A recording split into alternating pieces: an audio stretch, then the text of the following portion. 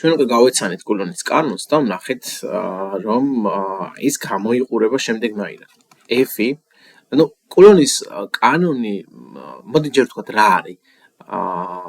ეს ფორმულა საერთოდ ხო, რისი ფორმულა? კულონის კანონი გვეუბნება, გვაძლევს ინფორმაციას იმ ძალის სიდიდის შესახებ, მოდულის შესახებ, რომელიც მოქმედებს ორ წერტილოვან უძრავ მუხტს შორის. აქ მნიშვნელოვანი დეტალია, რომ ეს ორი მუხტი, ორი მუხტი რა, პირობითად ორი, ხო? ორი მუხტი უნდა იყოს უძრავი და რადგან ძალაზე ვსაუბრობთ, ლოგიკურია, რომ მისი ერთეული, როგორც სხვა შემთხვევაში იქნება ნიუტონი. F კულონის ეს არის პროპორციულობის კოეფიციენტი, ანუ რაღაცა პროპორციულობას გვიჩვენებს ეს, რომელიც რაღაცა მიღებული რიცხვია და აქვე დავწეროთ რის იტოლია k, ეს არის 9 × 10 - მე-9-ზე. ერთეული სულაც არ გვჭირდება ჩვენ, თუ მაინც და მაინც თვითონ ფორმულიდან k-ს გამოვსახავთ და ერთეულს მივიღებთ.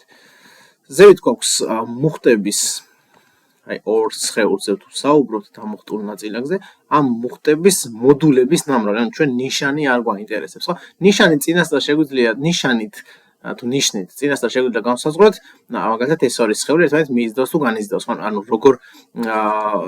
როგორ ურთიერთქმედებენ, ხო? თქვათ ერთს თუ დადებითი მუხტი აქვს და მეორეს უარყოფითი, მაშინ ხედავთ, რომ ისინი ვიცით, რომ ისინი ერთმანეთს მიიზიდავენ, ხო? თუმცა თუ საუბრობთ ძალის სიდიდეზე, მაშინ მე არ მაინტერესებს ისინი მიიზიდავენ თუ განიზიდავენ ერთმანეთს, ხო? უბრალოდ ძალა უნდა ვიპოვო, რა ძალით ურთიერთქმედებენ ისინი ერთმანეთს, ამიტომაც ვიყენებთ მოდულებს და კულონმა ექსპერიმენტულად დაადგინა, რომ ესე იგი პირდაპირ პროპორციულია მუხტების ნამრავლისა, მუხტების მოდულების ნამრავლისა და უკვე პროპორციულია მათ შორის მანძილის კვადრატის. ეს არის ჩვენი კულონის ფორმულა, რომლითაც ჩვენ შეგვიძლია გავიგოთ ორ უძრავ წერტილოვან მუხტს შორის რა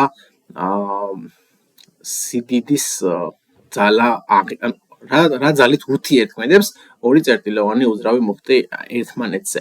რამოდენიმე ამოცანა გავაკეთოთ ამ თემასთან დაკავშირებით. k-ს მოდი გვერდზე მივუწე. k ეს არის 9 × 10 - მე-9. ხო, პირდაპირ მაგალითად ერთ-ერთი გავაკეთოთ აქედან. ესე იგი, იპოვეთ ორ წერტილოვან მუხტს შორის მოქმედი ძალის სიდიდე, თუ q1 არის 2.5 გამრავლებული 10 - მე-13-ზე. მე-13-ზე კულონი ცხადია. q2 გვაქვს -3 × 10 - მე-8. q2 არის -3 × 10 - მე-8 ხარისხად კულონი და გვაქვს მათ შორის მანძილი 5 მეტრია. ესე იგი, R ამ შემთხვევაში არის 5 მეტრის ტოლი. პირველ რიგში აუცილებლად უნდა დავაკვირდეთ ხოლმე გვაქვს თუ არა ერთეულების სისისტემაში. ამ შემთხვევაში კულონი სისისტემის ერთეულია და მეტრიც, სიგრძის საზომი ერთეული მეტრია, ხო, სისისტემაში. ამიტომ ეს მარტივი ამოცანა, სადაც ყველაფერი სისისტემაშია და შეგვიძლია უბრალოდ ფორმულა გამოვიყენოთ. არ დაგვაგვდეს რას ვეძებთ, ხო? ძალას ვეძებთ, იმ ძალას, რა ძალითაც ისინი ურთიერთქმედებენ ერთმანეთთან. ხო, დავწეროთ კულონის ფორმულა, კულონის კანონი. ეს არის k პროპორციულობის კოეფიციენტი. ხო, მოდი გადავწეროთ მაინც, თუმცა კი გვიწერია აქვე. მუხტების მოდულების ნამრავლი, მოდული მნიშვნელოვანი დეტალია აქვს და ქვემოთ მანძილის კვადრატი. შევიტანოთ მნიშვნელობები. k, ჩვეულებრივ შეგვიძლია წარმოვიდგინოთ როგორც k შეფარდებული 1-თან, ამიტომ k-ს შევიტანთ რიცხვებში და გვექნება 9 × 10 - მე-9 გამრავლებული 2.5 გამრავლებული 10 - 13-ზე და კიდევ გამრავლებული -3 არა, ხო? 3, ანუ -3 შემიძლია გამოვიყენო იმაში, რომ ეს ორი სხეული ერთმანეთს უბრალოდ მიიზიდავს, ანუ ერთმანეთს იზიდავენ, ანუ ერთმანეთისკენ არიან მიმართული, ხო? ერთმანეთისკენ არის მიმართული ეს ძალა, ხო? თუმცა თუ სიდიდეს ვითვლი, მაშინ არ მჭირდება მინუსი და დავწერე როგორც 3 × 10 - მე-8 და ქვემოთ გვექნება მანძილის კვადრატი, ანუ 5-ის კვადრატი, იგივე 25. ახლა გავაგრძელოთ. ზემოთ ხარისხებზე მოქმედებები უნდა ვიცოდეთ, ესე იგი, შეგვიძლია ჩვენ რომ რიცხვები ერთმანეთზე გადავამრავლოთ, 9 × 2.5 ეს იქნება 18.22.5 და კიდე 3-ზე რო გავამრავლოთ იქნება 67.5. და გამრავლებული, გამრავლების დროს ხარისხის მაჩვენებლები უნდა შევკრიბოთ, ხო? -900 -13 -22-ია, -22-ს -8, -30. ანუ 10 ხარისხად -30 და ქვემოთ 25. ამ შემთხვევაში როგორ მოვიქცევთ, ხო? აი აქ ძალიან კარგია ხოლმე რომ თუ კარგად ვიცით ხარისხებზე მოქმედებები.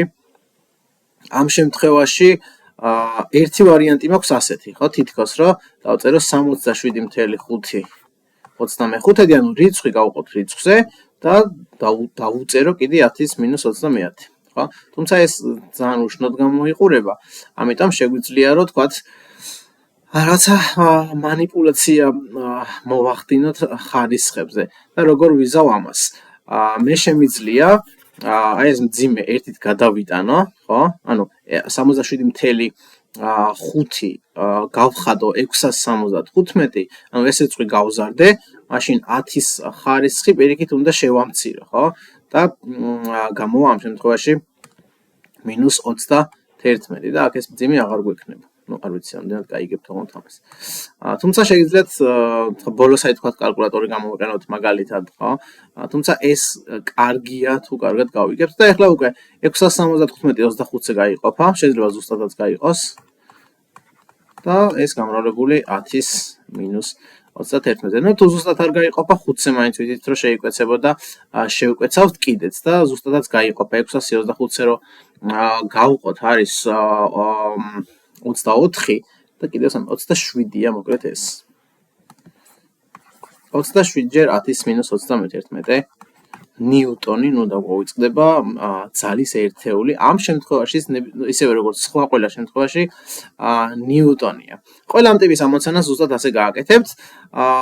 შეიძლება გქონდეს სხვა ტიპის ამოცანებით, სადაც მაგალითად ვიცით იმ ძალის სიდიდე რა ძალით ეს სხეულები ერთმანეთზე ურთიერთქმედებენ. და ასევე ვიცით მუხტების სიდიდეები და უნდა ვიპოვნოთ მანძილი, ანუ რა მანძილით არის ეს ორი სხეული დაშორებული ერთმანეთისგან. შემდეგ დავალებაში, შემდეგ მაგალითში ზუსტად ეგეთი საკითხი გაქვს, რა მანძილითაა დაშორებული რაღაცა მუხტების მქონე სხეულები, თუ მათ შორის ურთიერთქმედების ძალის მოდული ჯობდა ალბათ, ეს არის რაღაცა ნიუტონი, ხო? მოდი გავაკეთოთ ერთი ეგეთი მაგალითიც.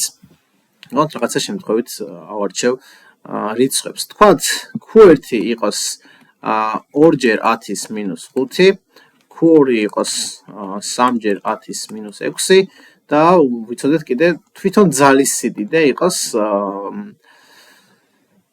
არ ვიცი, მაგალითად 100 ნიუტონი, ეს პირობით და მარტივი რიცხვი ავიღოთ, ხო? და ამ შემთხვევაში ვეძებთ უკვე აი მანძილს, რა მანძილითაც ეს ორი სხეული ერთმანეთისგან არის დაშორებული, ხო?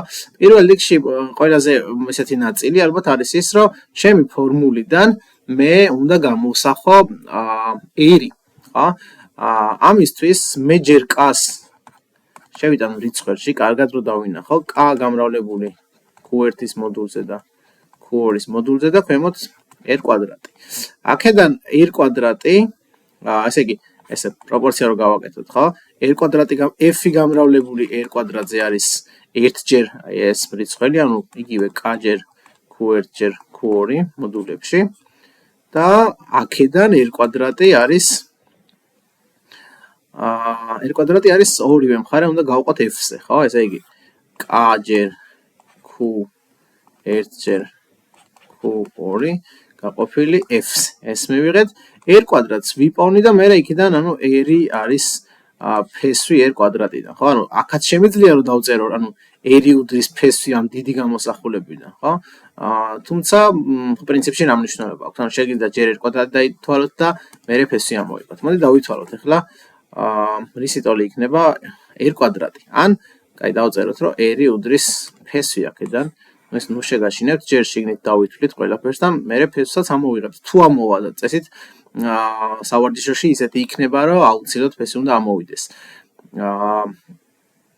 მოკლედ R ეს არის, ჯერ ფესვს არ დაუწერ, 9 ჯერ 10-ის -9, ეს K, გამრავლებული 2-ჯერ 10-ის - 5, გამრავლებული 3-ჯერ 10-ის - 6 და ქვევით გვაქვს 100 ნიუტონი. ნუ 100 შემიძლია როგორც 10-ის კვადრატი დავწერო?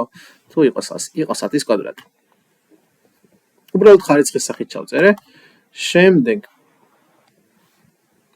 აქ 9 ვიწერია, ხო? 9-ჯერ 2 არის 18, 3-ჯერ 18 არის 54 და 10-ის მე რამდენი? -9-ს - 4 არის -14 და -20, აი ეს 6-იც, -6-იც, -20 ქვემოთ 10-ის კვადრატი.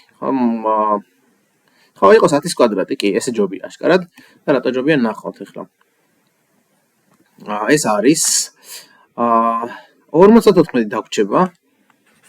იმიტომ რომ ქვემოთ რიცხვი არაფერია, ხო, ან შეიძლება ერთიანი წარმოვიდგინოთ, ხო, 54 ერთზე რო გაიყოფა 54-ია და რატო ჯობდა 10-ის ხარისხად დაწერა? იმიტომ რომ ეს იქნება 10-ის - 20, ანუ გაყოფის დროს ერთნაირი ფუძეებია, ხედავთ, გაყოფის დროს ხარისხები აკლდება. -20 - -2 არის -22. აი ეს არის პასუხი. რადგან ერზე ვსაუბრობთ, ეს არის მეტრი, ოღონდ აქედან უნდა ამოვიღოთ კიდე ფესვი, ხო? ახლა ფესვი აქედან ამოვიღოთ ამ რიცხვიდან, ხადია შესაძლებელია, თუმცა ახლა არ ვაპირებ ამაზე საუბარს და საქმის გართულებას. ამოცანაში წესით მიიღებთ მაგალითად ფესვი 25-დან და ეს არის 5 მეტრი, ხო? რაღაც ეგეც წესით. თუ არა შეგვიძლია ფესვაში დავტოვოთ, ოღონდ მეტრი არ უნდა შეგნით, მეტრი გარეთ უნდა ეწეროს, ხო? აი გასულდა, არის კიდევ ერთი შემთხვევა შეიძლება გამოვნახოთ, თუმცა ამ ამოცანას აღარ გავაკეთებ. უბრალოდ გეტყვით, რომ შეიძლება ასევე ამოცანაში ვეძებდეთ, ანუ ამოცანაში ვიცოდეთ კონკრეტული, ვიცოდეთ, ესე იგი, ვიცოდეთ, რომ ერთ-ერთი მუხტის სიდიდე, მეორე არ ვიცოდე, მანძილიც ვიცოდე და ვიცოდე ძალაც, ანუ ერი იყოს თქვათ 10 მეტრი და ვეძებდე მეორე მუხტის სიდიდეს, ხო? ანუ არაფერი არ იცვლება, აი ნებისმიერი უბრალოდ მუდმივი სიდიდე და მას ვერ მოვძებნით, ისედაც ვიცით და სხვა ნებისმიერ რაღაც შეგვიძლია ვიპოვოთ დანარჩენით, ხო? ქუორს თუ ვეძებთ, მაშინ ჩვენ გვინდა რომ ჩვენი ფორმულიდან ქუორი გამოვსახოთ და ნუ მოგვარდება პრობლემა, ხო? ალბათ მოდულით ვიპოვით, ანუ ჩვენ ვერ ვიპოვნით ზუსტ მნიშვნელობას, თუ არ გითხრეს, რომ თქვათ ეს ორი წყილი ერთმანეთს მიიზიდავს, მაშინ ეს თუ დადებითია, მივხვდები რომ მეორე უარყოფითია. ეგ თუ არ გითხრეს, მაშინ უბრალოდ სიდიდეს ვიპოვნი და ნიშანს ვერა. ეს არის k q1 q2, მოდი მოდულებს არ დავუწერ, ან დავუწერ.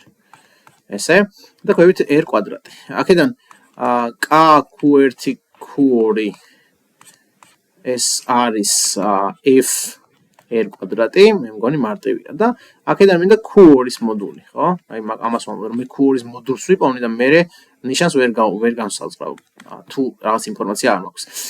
q2 დავვრჩეს, აი მარტივად დავიმახსოვროთ, k და q1 უნდა მოვაშოროთ, ხო? თუ ამათი მოშორება მინდა, ზუსტად ამაზე უნდა გავყო, რა შეიკვეცონ, ამიტომ f r s r კვადრატსაც გავყოფ k q1-ის მოდულზე და ნუ აი ყველაფერი ვიცით, ხო?